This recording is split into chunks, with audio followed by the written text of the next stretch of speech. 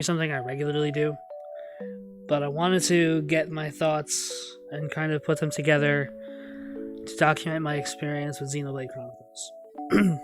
I recently played the game, and I enjoyed it so much that it's been on my mind ever since I finished, ever since I saw those credits start. And the game really hasn't had this much impact on me, and I honestly don't remember how long. It's been a while. But let me just start by saying this is one of the best games I've ever played. One of the best JRPGs that I've ever played. And the fact that it's been on Switch for as long as it has, and I've just kind of ignored it, is kind of crazy to me. But, I guess it happens. I'd heard about it from different friends, people on Twitch, and streamers, and they enjoyed it. They really loved it. I tuned into some of their streams to kind of see what it was about, but I never watched because I knew one day that maybe I'd want to play it myself. So I don't always get into some of the spoiler-heavy streams, because again, if I know it's a game that maybe I'm going to want to play one day, no matter how far down the road that is, I don't really want to know any major details. I don't really want to know, the plot points, the plot twists, the things that make these games what they are. So, I'm not going to give like a synopsis of the story or anything because that's not my point here. This is to talk about my feelings about the game and my experiences with the gameplay, with the story, with the characters, ultimately what I thought of where it ended, where it wrapped up. Mind you, I'm still playing through the bonus story, but that's not really, I don't consider it as connected to the main game because it was added so much later. Like, for reference, the game came out in 2010 and is feature connected. I call it DLC, but it's not really because it's included with the Switch version. So yeah. So I'm still playing through that. However, again, roll credits on Xenoblade 1. Completely done. Finished the story. I was very emotional. Very much not sure what to do because I always tend to get a little emotional when I finish a game or a movie or a TV show after I've been so invested for so long. And I spent about 55 to 60 hours in Xenoblade my first time through. I did a bunch of side quests. I did, some exploring. But I always get to a point where I get kind of bored of the side quests. I get kind of bored of doing anything but story. So then I'll kind of just grind out the story until I finish it, until those credits roll.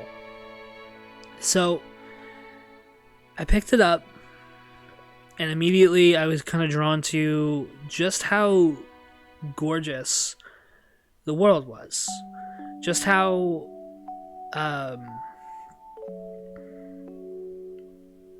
new it all looked to me. Because, like I said, I really had no exposure except for the people online that I heard talk about it. So I was immediately excited, immediately invested because, again, I had no idea. Beyond some basic things like, the Monado and what that was, kind of. Well, no, I had no idea. I had no idea what it was. But I knew it was important, right? Because it was the main character's weapon. If there's anything about JRPGs, the main character's weapon is usually a pretty big deal.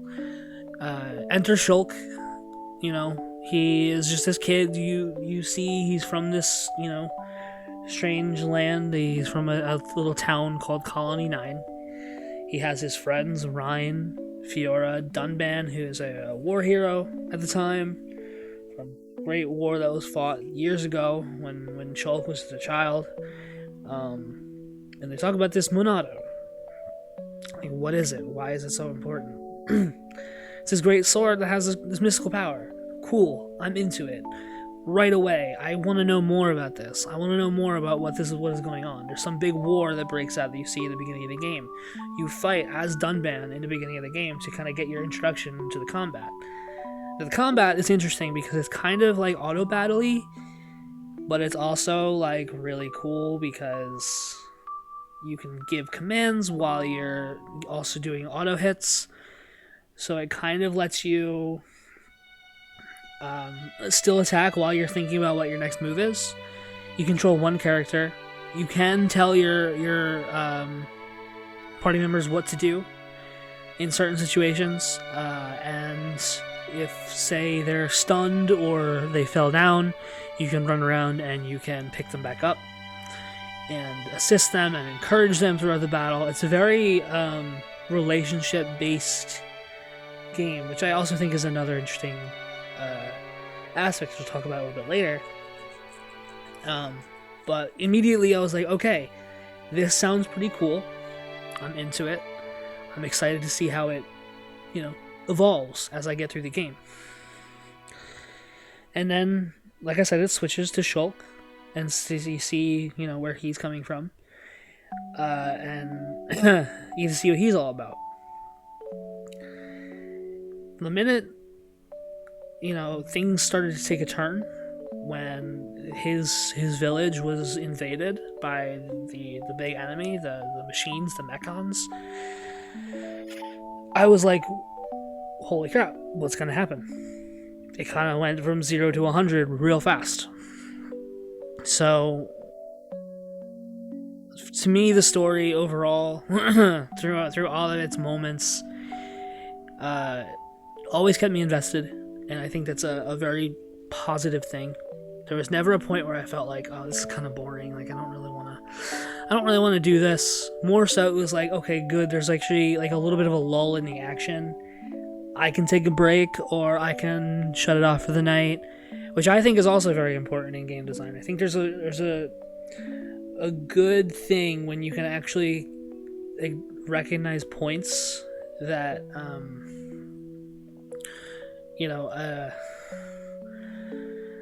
you can take a break, you can stop, whatever you have to do. Because, we have lives. I can't just be sitting playing a video game for 60 hours straight or 12 hours straight in a session. Like, I need a break, I need to eat, I need to, take care of myself, all that good stuff, right? So, the story played out in such a way where it gave me plenty of time to break. Being on the Switch as well also made it easier to put it into sleep mode, charge my controllers, and pick back up right where I left off, even if that was in the middle of a cutscene. So it did work out nicely anyway, being on the Switch.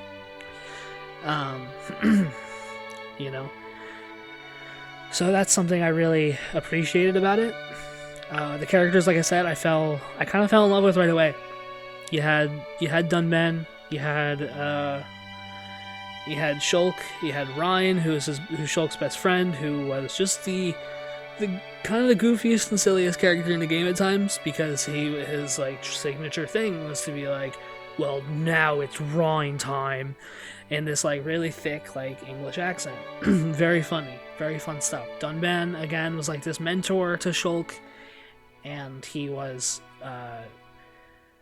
the brother rather of Fiora, who is kind of like Shulk's love interest, not kind of, but is very much Shulk's love interest.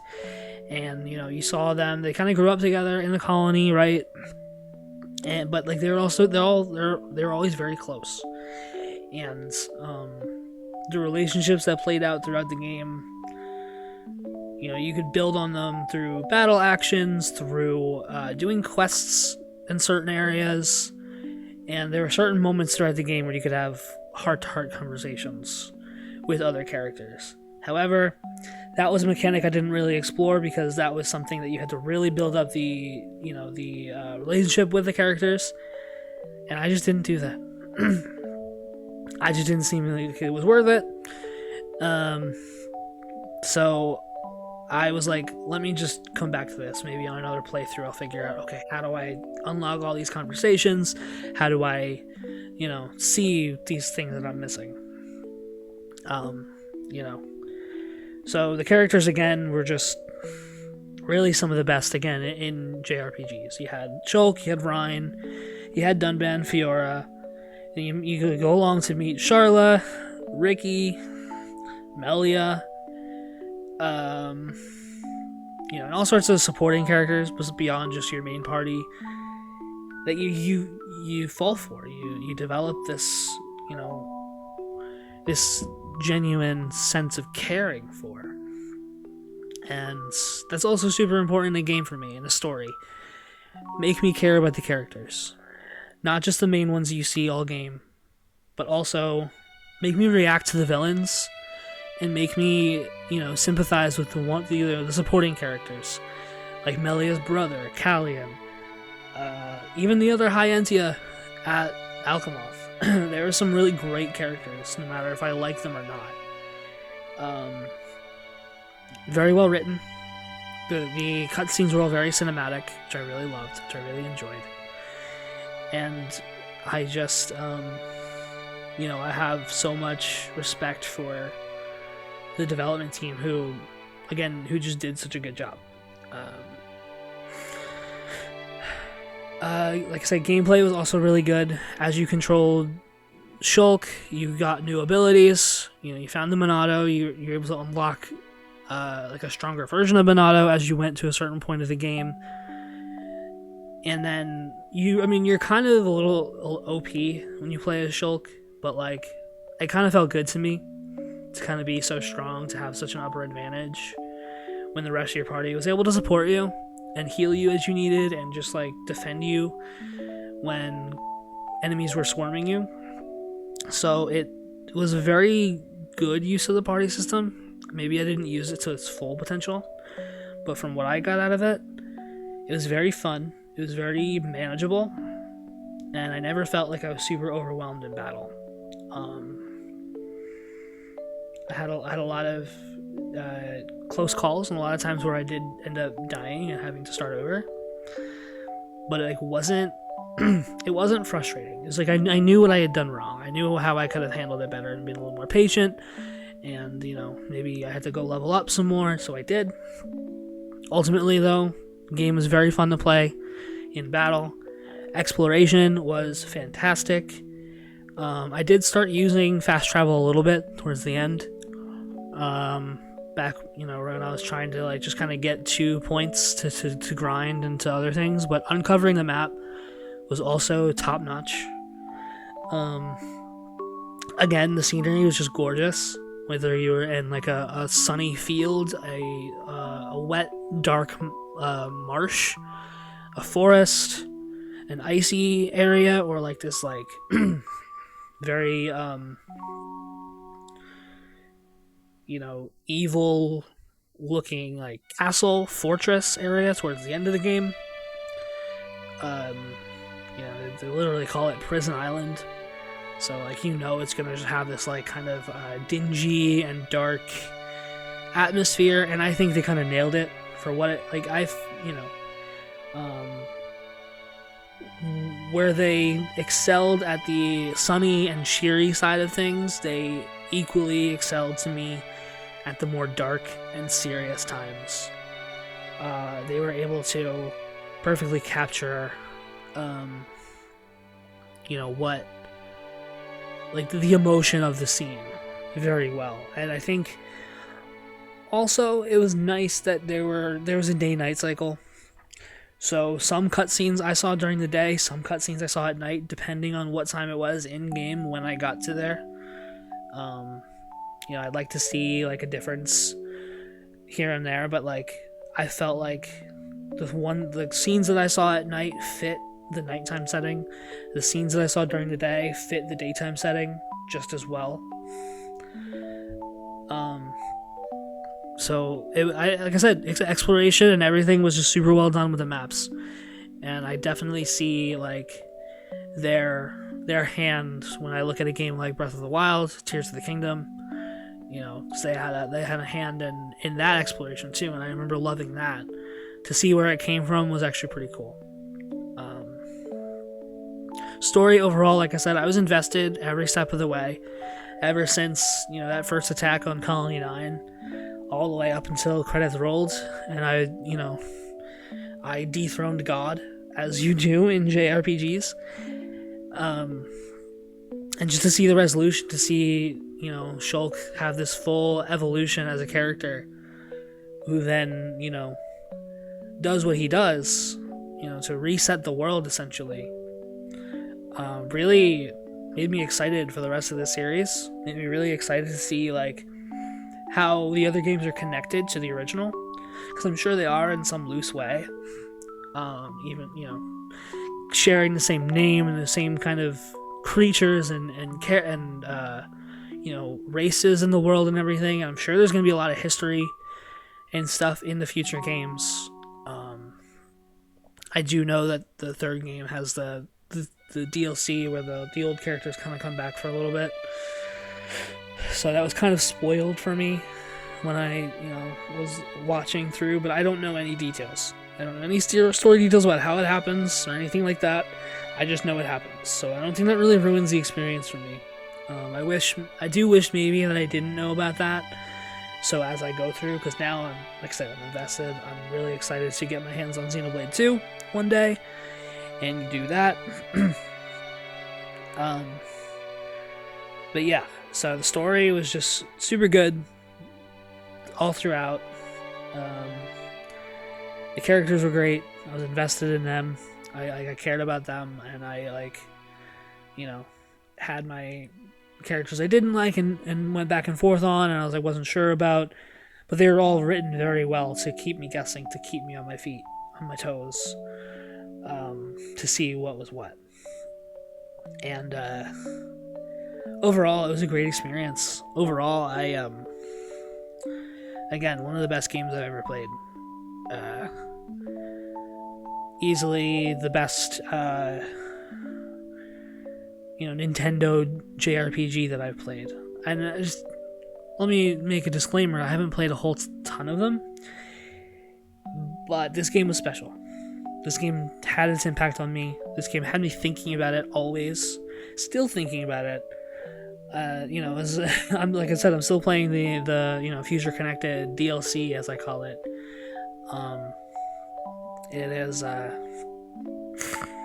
It is truly great, truly special franchise, and I'm very excited to see what else it has. There's some things I didn't like, of course. I did think there was a bit of a difficulty spike at some points. I also think it was very easy to run into higher level enemies when you didn't want to. I didn't necessarily like that, but I ended up kind of learning my lesson as I went. The targeting system kind of gets out of hand. If you target around you and you're within range of a stronger enemy, you can aggro them by mistake, and they'll come at you and get everyone else to come at you and swarm you. Entirely my fault, not a fault of the game. Was something that I didn't necessarily like that happened when it happened early on.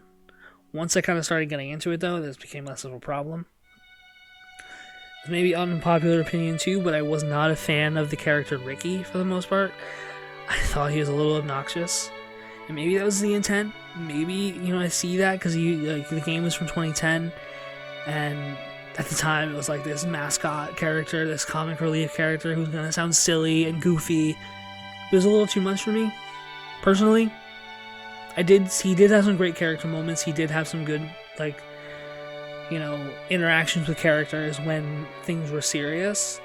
But as a whole, I'm just like, okay, you're a good healer, I'm keeping you in the party, but I don't really like you. I just need you, so you're gonna stay here. But genuinely, there were very minor gripes that I had with the game. And overall, I just had such a good time, and I just had to make this really long video to just rant about that and see, just to get my feelings out there about it. Because I'm not a good writer, because I feel like I'd miss something if I didn't talk about it. So whoever sees this, I hope you enjoyed this really, really long rant about Xenoblade. And yeah, thanks for watching.